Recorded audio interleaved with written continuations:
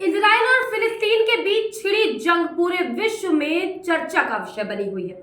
Hamas के हमले के बाद इजराइल गाजा पट्टी पर ताबड़तोड़ हमले कर रहा है। कई मुस्लिम देशों ने अपनी प्रतिक्रिया देते हुए हमास की तरफ अपनी संवेदनाएं जताई हैं, लेकिन संयुक्त अरब अमीरात यानी यूएई और बहरीन ने हमास की निंदा करते हुए सबको चौंका दिया है। सऊदी, कतर, पाकिस्तान जैसे सभी मुस्लिम देशों ने इजराइल की निंदा करते हुए कहा कि फिलिस्तीनियों के लिए अलग राज्य यानी टू नेशन सॉल्यूशन की स्थापना होनी चाहिए। लेकिन मध्य पूर्व के दो इस्लामिक देशों ने बाकी मुस्लिम देशों से अलग रुख अपनाया है। अब तक जितने भी मुस्लिम देशों की प्रतिक्रिया सामने आई है, किसी ने भी इजराइल पर हमले के लिए हमास को निशाने पर नहीं लिया, लेकिन संयुक्त अरब अमीरात यानी यूएई और बहरीन ने हमास की निंदा करते हुए सबको चौंका दिया है। यूएई और बहरीन समेत सभी मुस्लिम देश कभी इजराइल को मध्य पूर्व में अछूत की तरह देखते थे और उससे किसी भी प्रकार का रिश्ता नहीं रखते थे, लेकिन अमेरिका की कोशिशों के बाद सितंबर 2020 में यूएई और बहरीन ने इजराइल के साथ अब्राहम समझौता किया और उससे राजनयिक संबंध स्थापित कर लिए। यूएई और बहरीन इजराइल के साथ संबंध स्थापित करने वाले पहले अरब देशों में शामिल है। राजनयिक संबंध स्थापित करने के 3 साल बाद अब जब हमास और इजराइल के बीच जंग छिड़ गई है, तब इन दोनों ही देशों का रुख बाकी अरब देशों से अलग नजर आ रहा है।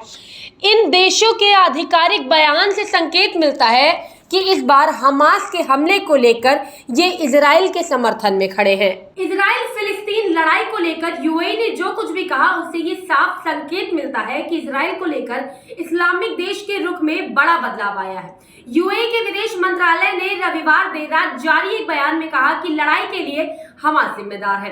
फिलिस्तीनी समूह हमास के इजरायली शहर पर हमला बेहद गंभीर है और इससे भारी तनाव पैदा हुआ है।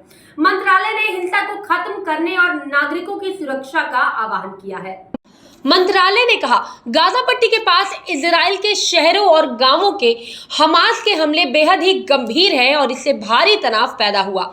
हमास ने लोगों पर हजारों रॉकेट बरसाए और भारी गोलाबारी की। यूएई उन रिपोर्ट से हैरान है जिसमें बताया गया कि इजरायली नागरिकों को उनके घर से अपहरण कर उन्हें बंधक बनाया गया है।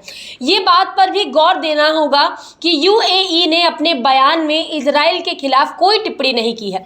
बयान में दोनों पक्षों से तनाव खत्म करने का आह्वान करते हुए यूएई ने कहा कि सभी पक्षों के नागरिकों को अंतर्राष्ट्रीय मानवीय कानून के तहत हमेशा पूरी सुरक्षा मिलनी चाहिए और उन्हें कभी भी संघर्ष का निशाना नहीं बनाया जाना चाहिए।